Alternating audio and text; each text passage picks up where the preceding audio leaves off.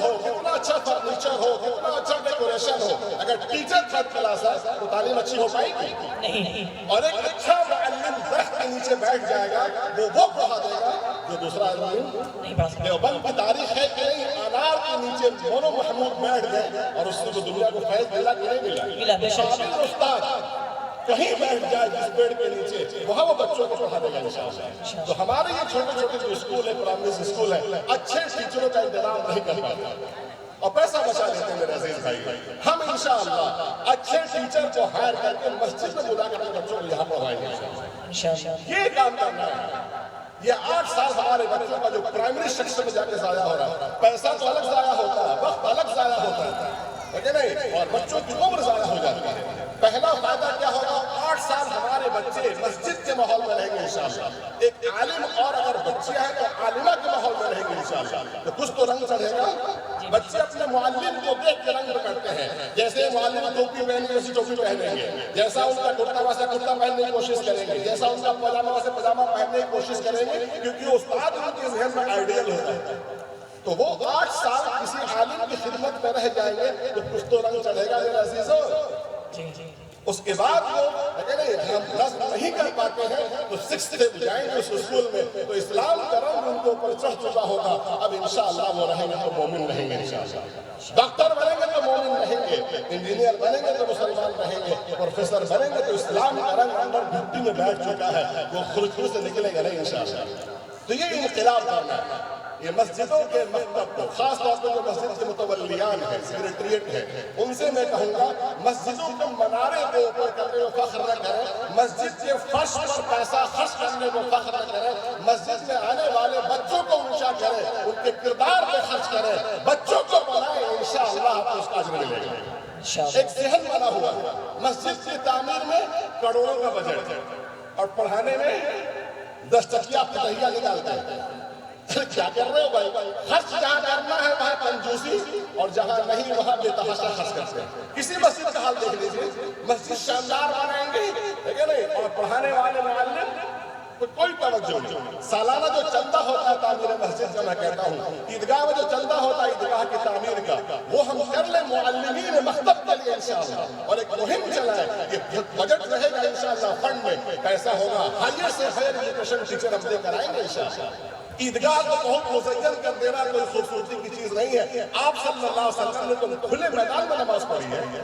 مسجد نبی کا ڈھانچہ دیکھیے، سوکھے ہوئے کھجوروں کے تنے سے کھمبے بنا دیے گئے، انہی کی ٹہنیوں کو اوپر ڈال دیا گیا، پھٹے کمبل اوپر تان دیے گئے، لیکن پڑھانے والا معلم حضور صلی اللہ علیہ وسلم ہے، ابی بن کعب ہے، حضرت عمر ہے، ابو بکر ہے. ان کا کوئی ثانی ہے نہیں. تو معلم پہ خرچ کرنے کے بجائے ہم ڈیکوریشن سے خرچ کر رہے ہیں، ایجوکیشن سے خرچ نہیں کر رہے ہیں، ڈیکوریشن پہ خرچ کر رہے ہیں. یہ قوم جب مزاج بگڑتا ہے تو یہ ہوتا ہے خرچ کہاں کرنا، خرچ کہاں ہونا. تو ہمارے یہ بچے مکتب تو جاتے ہیں لیکن جیسے خالی گئے تھے ویسے خالی لوٹ کے چلے آتے ہیں. بات سمجھ آ رہی ہے میری؟ ان بچوں کی ادائیگی کے اندر وہ باقپن، وہ شارپنس نہیں ہو پا رہا جو ہونا چاہیے. اب آپ سب سنیں گے بھائی ماشاءاللہ اللہ الحمدللہ کہہ دیا، لیکن میں کہتا ہوں ایک بچہ پڑھ رہا ہے اور کوئی فن تجوید کا جاننے والا اس کی تعریف کرے تب تو تعریف کہی جائے گی. آپ کو کیا معلوم کہ عین کہاں سے نکلتا، غین کہاں سے نکلتا اور شین کہاں سے نکلتا اور بڑی کاف چھوٹی کاف میں کیا فرق ہے؟ جو بھی پڑھ دیا ماشاءاللہ الحمدللہ، لیکن اگر تعریف نہیں کہہ دے کہ ہاں اچھا پڑھا، اس کی تعریف کا اعتبار ہوگا. ایک واقعہ ہے، ایک نائی تھے حجام، انہوں نے بادشاہ کی حجامت بنائی، لوگوں نے بڑی تعریف کی، بہت اچھا بنایا، بہت اچھا بنایا. اس کی بیوی نے کہا ان کی تعریف کا کوئی اعتبار نہیں، کوئی حجام تعریف کرے گا تو اس کی تعریف کا اعتبار ہوگا. یہ کیا جانتا ہے حجامت میں کہتے ہیں نزاکت کو کہ کیسے اچھا بنتا ہے. تو جب بچے اسٹیج پر پڑھتے ہیں تو اسٹیج شو ہوتا ہے. میں مانتا ہوں کہ چنیدہ بچے ہوتے ہیں، چنیدہ بچوں کی ادائیگی کے اندر وہ گڑبڑی ہے تو جو غیر چنیدہ ہوں گے ان کا کیا حال ہوگا. تو ہماری قوم پیسہ فرش پہ خرچ کر رہی ہے، فرش پہ ٹائلز لگا رہی ہے ٹھیک ہے نہیں، مسجد کے ڈیکوریشن پہ خرچ کر رہی ہے، اور جو بچے ایجوکیشن کے لیے آ رہے ہیں اس میں ہمارے لیے پیسہ ہے. ارے ہے ارے بولیے صحابہ کرام دور دور سے پڑھنے کے لیے آتے تھے. صفہ کا چبوترا تھا. ابھی ایک پڑھا نعت خان ہے, وہ صفہ سے ہمارا رشتہ ملتا ہے. صفہ کیا تھا؟ ایک چبوترا تھا, اس کے بعد چھپر بھی تو نہیں تھا, لیکن پڑھانے والے صحابہ متعین تھے نا, الگ الگ ٹائم میں الگ الگ صحابی. اس کے علاوہ پھر حضور صلی اللہ علیہ وسلم جب ان کو وقت ملتا تھا تو ان کو وقت دیا کرتے تھے. تو ہمیں اس پہ توجہ کرنی ہے کہ مکتب میں پڑھانے والے معلمین ہائی کوالٹی کے ہوں گے انشاءاللہ. عصری علوم کو بھی ہم لیں گے, ایم اے ہو, بی ایس سی ہو, اس کو ہم لے کر آئیں گے. ہائر ایجوکیشن کے لیے ہمارے بچے کو ہم کہیں گے قرآن پڑھائیں, یہی اس کو ریاضی پڑھاؤ. انشاءاللہ دماغ کھلے گا اور آپ دیکھیں گے حیرت انگیز نتیجہ آئے گا انشاءاللہ. مسجد کے اندر تعلیم کا رکھنا, آپ سمجھتے نہیں اس کی دربار الہی ہے. یہاں فرشتوں کا نزول ہوتا ہے, یہاں جو بیٹھتا ہے باادب بیٹھتا ہے, یہاں علم ذہنوں میں گھستا ہے. آپ جتنی پرانی مسجدوں کو دیکھیں گے, جامعہ ازہر ہو, مدینہ یونیورسٹی ہو, جو بھی ہو, مسجد اور بغل میں مکتب کہیے, مدرسہ کہیے, اسکول کہیے. کیا وجہ تھی اس کی؟ اور آج اسکول ادھر لے جا رہے ہیں اور ہمارے بچے بھی جانے آنے میں, اور بسوں میں کتنا ٹائم خرچ ہوتا ہے کہ نہیں ہوتا. ننھی سی جان ہے, صبح 6 بجے نکلتے ہیں بس پہ اور شام کو 4 بجے لوٹ کے تھکے ہارے آتے ہیں بیچارے. اب اس کے اوپر ان کو ٹیوشن کا بوجھ ہے, ٹیوشن کا ہوم ورک الگ ہے, اسکول کا ہوم ورک الگ ہے, مکتب کا بوجھ الگ ہے. ایک ننھی سی جان کے اوپر ہم نے تعلیم کے نام پر اتنا بوجھ ڈال دیا ہے کہ ان کی صحتیں خراب ہو جاتی ہیں.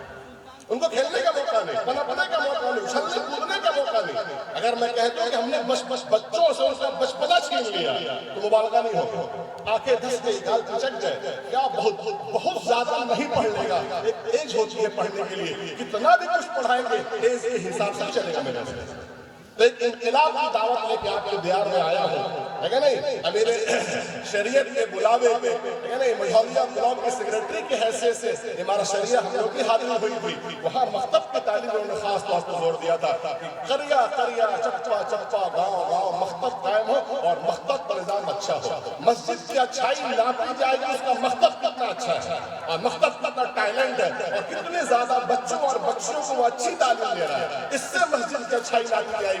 مناروں کی اونچائی سے اور فرش کی صفائی سے اور نالی کی چکنائی سے اور ٹوٹیوں کی مہنگائی سے آپ مسجد کا معیار متعین نہیں کریں گے یہ اچھی مسجد.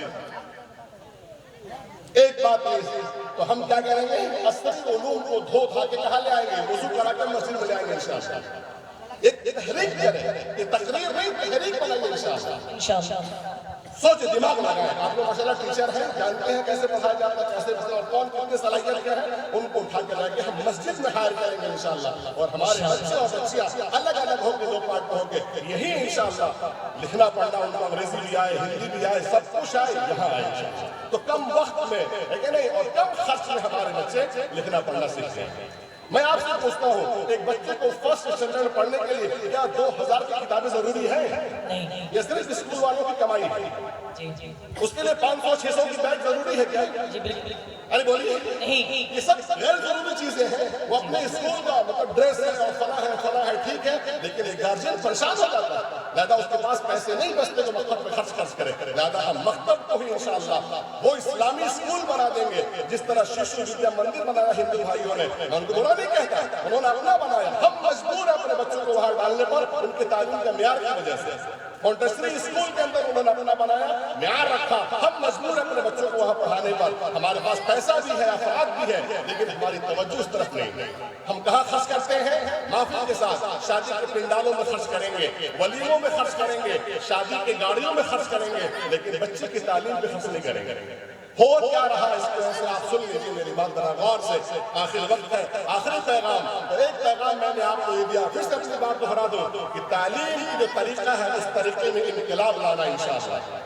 آپ کے گاؤں میں ماشاءاللہ اتنے مولانا موجود ہیں, اس میں سے اچھوں کو لے کر بحال کریں. اور سمرہیہ بڑی مسجد کے اندر 10 معلم انشاءاللہ بحال کیے جائیں گے. 10 حلقہ الگ الگ لگے گا اور ہر صحابی کے نام پر وہ حلقے کا نام ہوگا. اور پھر عصری علوم کے جو ماسٹر ہوں گے, یہ جو ریٹائرڈ ہو گئے ہیں وہ اپنے وقت دے دیں ماشاءاللہ, اور ہم بچوں کو وہیں ہم ریاضی پڑھا دیں گے اور ہندی پڑھا دیں گے, انگریزی پڑھا دیں گے انشاءاللہ.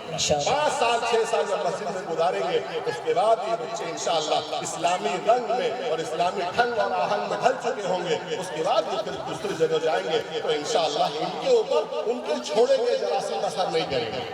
ایک بات کھول اور صاف میں آپ سے کہہ دوں کہ تعلیم کے نام پر اور تعلیم کو ایک بہانہ بنا کر انہوں نے بچوں اور بچیوں کو بے حیا بنانے کا، حیا ساختہ بنانے کا، اور ایک دیہاتی لفظ کہہ لوں کہ اپنی تہذیب سے باغی بنانے کا انہوں نے طریقہ بنا رکھا